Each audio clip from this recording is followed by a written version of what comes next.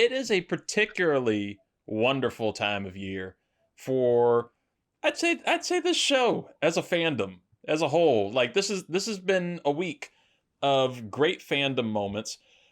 The Commanders for me, bye week, can actually relax, rest up. I can not stress last week. We're gonna play the Saints in a possibly concussed Derek Carr on Sunday. I'm feeling fine. I don't know what's going on with the Wizards, and that makes me feel even better. Scott and his Tampa Bay Buccaneers picked up a good win last week. On top, y'all are on top of the NFC South right now, right? It's you control your destiny. Yeah, I think we took like a 20 to 25 point sway to make the playoffs. Yeah. We're currently in first 7-6 because the Falcons just continually keep shit in the bed. So hopefully they can just hold on. Is Right. Bucky Irving playing so I can play him against you, or is he going to be out this week? I think I know he didn't practice today. I feel if he's not practicing tomorrow, he's probably not going to be playing this weekend. Yeah. So you got great stuff going in Tampa. We're not going to talk about FSU, even though they did just get a new quarterback in Thomas Castellanos. Following the Malzahn train. I don't know if he's any good. You could probably find out more on College Shame Day. I'm sure we'll talk about it. You'll hear it Saturday morning. I saw somebody on Twitter saying that they're projecting him now in this offense to throw 105 interceptions next season. You never know. So we'll find out all together. But sticking with the good stuff, we go down to Luis Martinez, the big chief burrito, because the Jets, fuck them. That's so 2008. Or, it's 2000 and late. We're 2008, but now that's 2000 and late now too. The Mets, man. The New York Metterbockers. They're out here. They're out here making moves. The moves that you're supposed to make in baseball, in a sport with no salary cap, and just putting out a shit ton of money to end the whole Juan Soto sweepstakes. Congratulations, Luis. Thank you. And the best part about this is, we got an Uncle Stevie ever since he bought the team. It's been all like sunshine, pussy and lemonade. It's been a great ride. And the Dodgers are deferring like $500 million of Ohtani's contract. They're all these players, all these teams, and we give this cat $765, nothing deferred. And after year 5, he gets a $5 million a year raise. So really it's $800 million over 15 years. The Yankees were going to give him $760. And then the Yankee fans have the audacity, after they offered him $760 for 16, to say, "Oh, we didn't want him anyway, and he wanted a suite, and Derek Jeter didn't get a suite, and Aaron Judge pays for his own suite, and all this and that." And the best part is the Yankee fan copium this week, and just seeing all their. Well, now we can get 6 really good players instead of one, and he didn't play defense, and you know what I mean, like all this silly bullshit. That's just chef's kiss copium from Yankee fans. I don't know. I don't know if I like seeing Yankee fans or Cowboy fans cry the most, but it's always good. Me seeing a Yankee fan cry is like you seeing a Cowboy fan cry, and it's nothing but good things. Obviously, the team still has a lot of holes. But the good thing about Steve Cohen is that he can spend $765, $800 million for Soto, and he can still pay Pete Alonso. He can still get another pitcher. He can still plug the holes. So as a Mets fan, I am still sort of like in a daze, because the Wilpons spent money, but they always used to spend money on the wrong players. Like, we're still paying Bobby Bonilla. They've always given out contracts that didn't work. But right now it's kind of like the time, the season for the pleasing and the reason. So I'm ecstatic as a Mets fan, as I am no longer a Jets fan, as I told you. That's right. And I mean, it's a great, like you said, a great coping method right now to get the Mets on here. It's wild to me, Scott, on this with the Mets in that contract is so long. Like, he's a young dude. He's a very young dude, but by the time that he hits, like, it's a, as long as this fucking deal is, somebody on Twitter pointed out that the Mets basically signed a 37-year-old Juan Soto to a 4-year, $200 million deal. Like, and that's the wildest part to me of how much money this is, like, going in, and the no deferrals is insane. But like you brought up, Yankees fans being so miserable about this, making up so many excuses. Brian Cashman immediately throwing out excuses for why the Yankees weren't able to get him, why they weren't able to clear this. It was all about the money. It was about the money. He wanted a suite. The suite thing doesn't matter. We've seen baseball teams do this before. You just add the price of the suite into the contract, and then you tell Aaron Judge, yeah, he bought it. Yeah, if he bought it, it's no problem. He's still, part of the legacy. But the other thing, and this is the one part where, like, listen, Alex Rodriguez signed a $250 million contract, $250 million.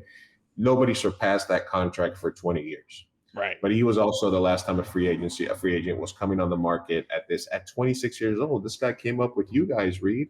Yeah. As like an 18-year-old, and already had the eye like Ted Williams, and already had like one of the prettiest swings in baseball. Never was a great defender. So, the Padres wanted to get a deal done with him. And he was always very upfront about the fact that he was going to go. He was open to any team with the best offer. Now, was he going to go to Toronto? Probably not. I think they probably came in even higher. It ended up being New York versus New York. And they had him in the building for a full year. They taught him the Yankee way. And but at some point, maybe the Mets being the little brother helped them out, because if you're over there and you're 26-year-old and you're a free agent, and they're like, well, we didn't do this for Jeter, and we didn't do this for Aaron Judge, and we can't go that much higher because Aaron Judge took less money to stay with the Yankees because the Padres offered them $400 million, and he signed with us for $380.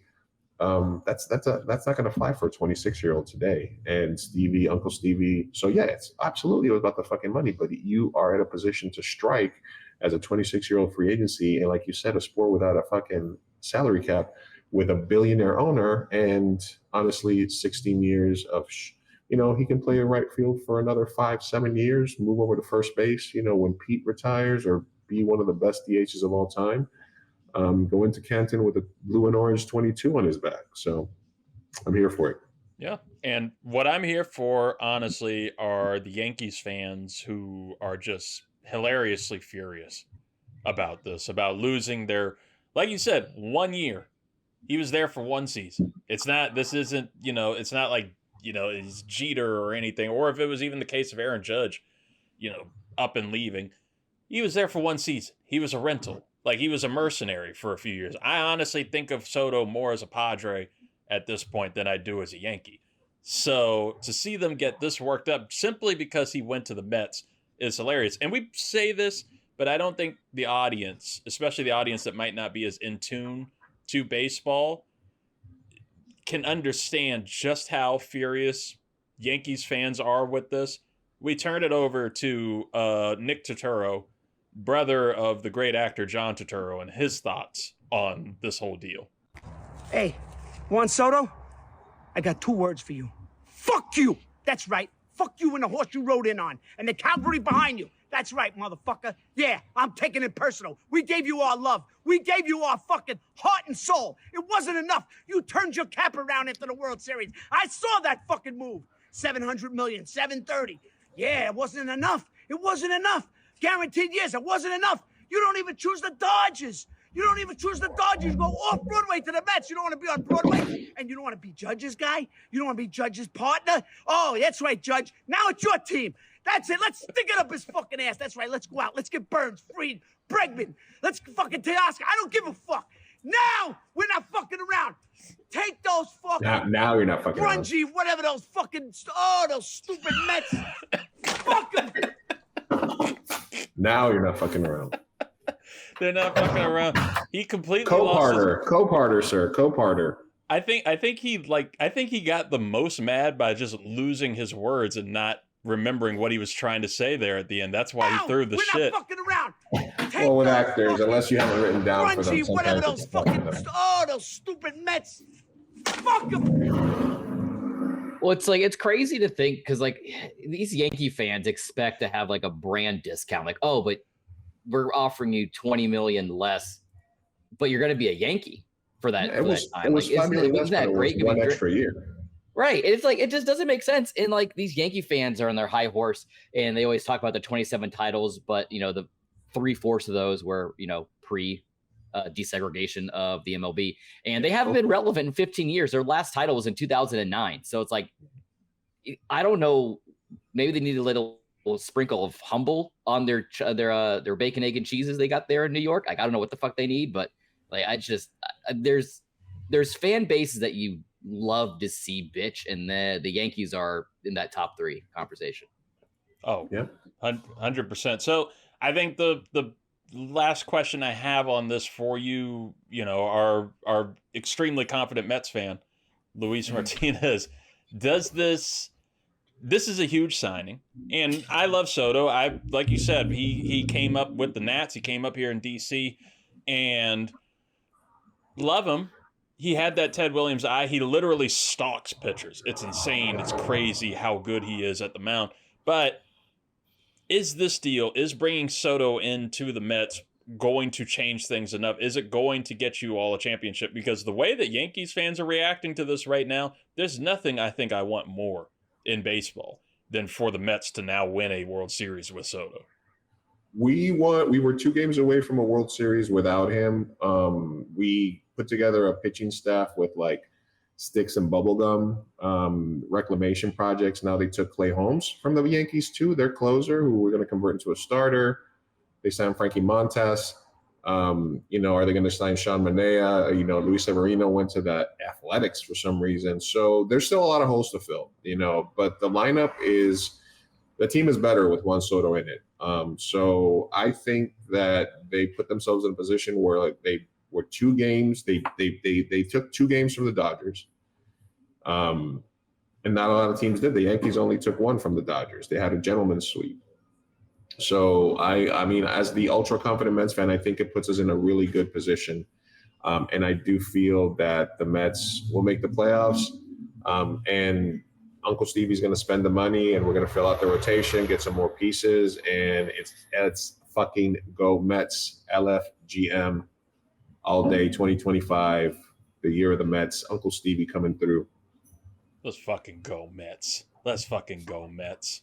And hey, while we're here, I want to get brief thoughts because, folks, you need to go check out the 323 College Shame Day. It's great. Go on the 323 Network YouTube page every Saturday morning. We have College Shame Day with Scott Ellia.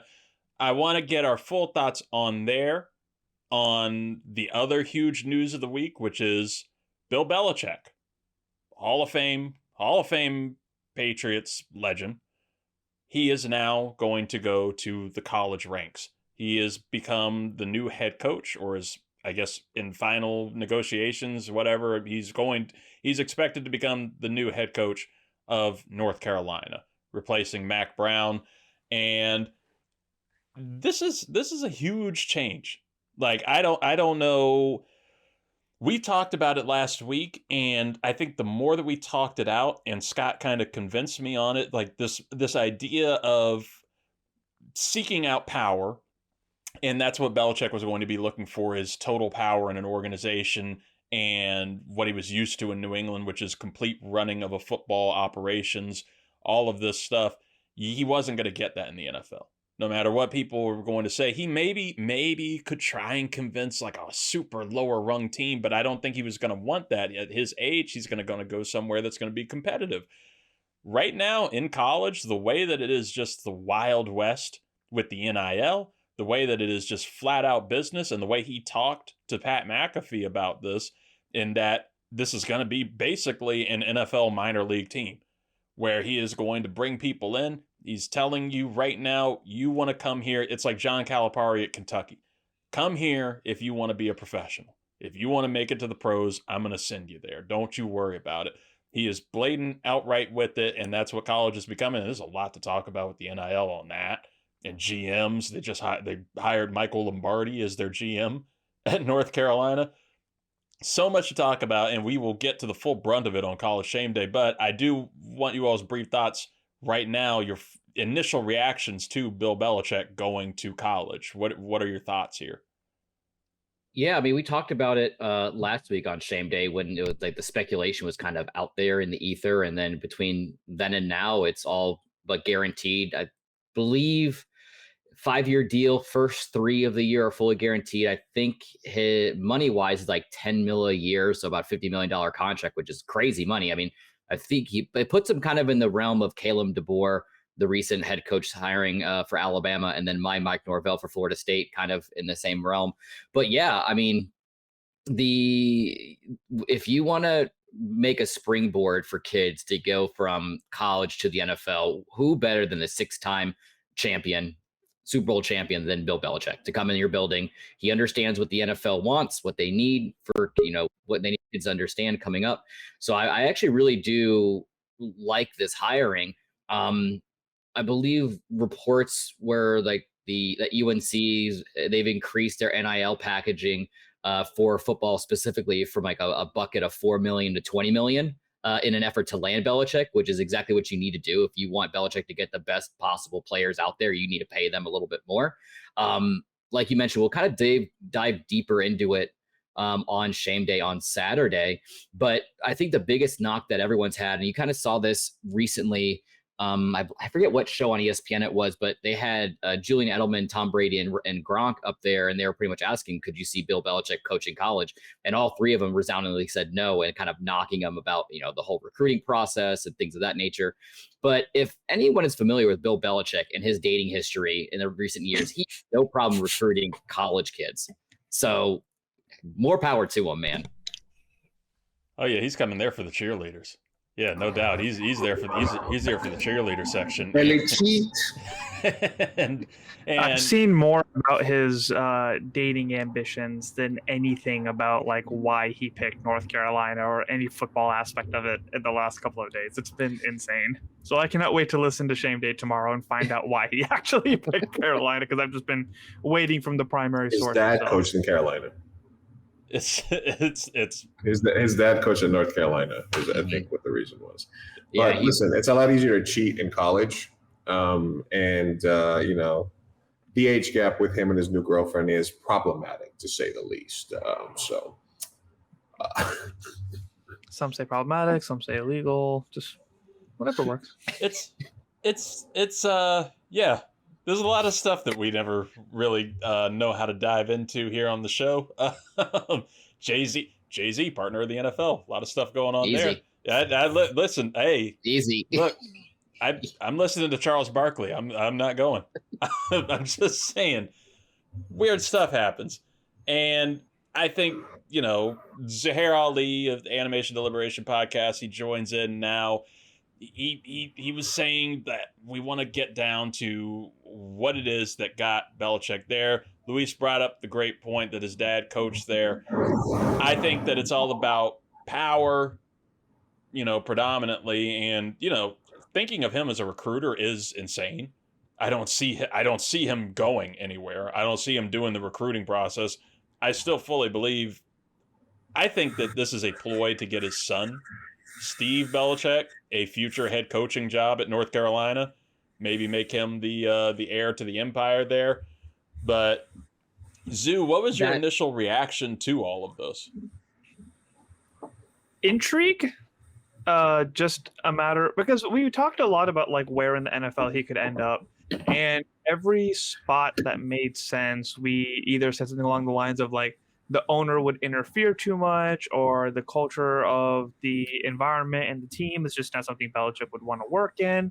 So because we had all those conversations, and like you said, like the control is kind of the main word, like going to a college system, there's not too many people who really have the ability to tell him what to do. And if you have a big name that's coming in and the program starts to develop and it puts, Carolina in a better position to be competitive and be a designation, then like that kind of works for all parties. So I think all the conversation and all the speculation of where he could have ended up just kind of led it to me not being too shocked that he ended up here.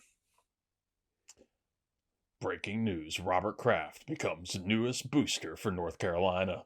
Immediately fires Bill Belichick.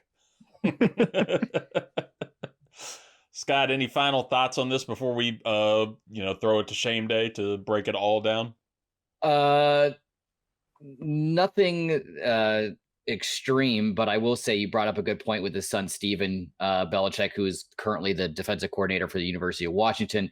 That is also, speculation. Part of the list of demands that Bill had would be hiring Stephen onto the staff and him being the heir apparent to the UNC football program after he is to leave. I'm still surprised. Like, I was really talking myself into him being Ohio State's next head coach. I'm kind of surprised that he went straight up with North Carolina, but we talked about it last week. If you're looking for the best chance to be successful in college football, you're going to have to go to a conference that's not as hyper competitive like the SEC and the Big Ten.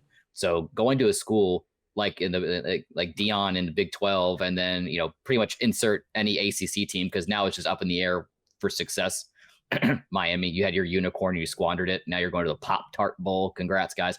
But yeah, it's just, if you want to win and be successful, go to the ACC, where you can still pull some good talent. You can make some good money based off of media revenue and things of that nature. And yeah, his name alone is. Can we talk real quick about how creepily are Roy Williams and Robert Kraft related? Because they look a lot alike. It's a weird similarity there. Oh my god! Because I was curious where Robert Kraft went to school. I was wondering, because I was like, oh, he looks like somebody who would go to UNC. No, he went to Columbia, which also shocker. But yeah, it pulled up his professional, damn near LinkedIn profile picture, and I could have sworn it was not Robert Kraft. Wait, we found Roy Williams on LinkedIn. Can we message him? I'll Google him. Let's get him on. Now all I'm thinking about is Bill Belichick is like Matthew McConaughey's character from Dazed and Confused. It's just quoting that shit. Right. That's what I love about these college girls, man. I get older, they stay the same age. AI, here I come. Hey. Oh, I like that one, actually. I'll give it to you. Oh, my goodness. That's all, folks. Have a good night. Bye, Zoo.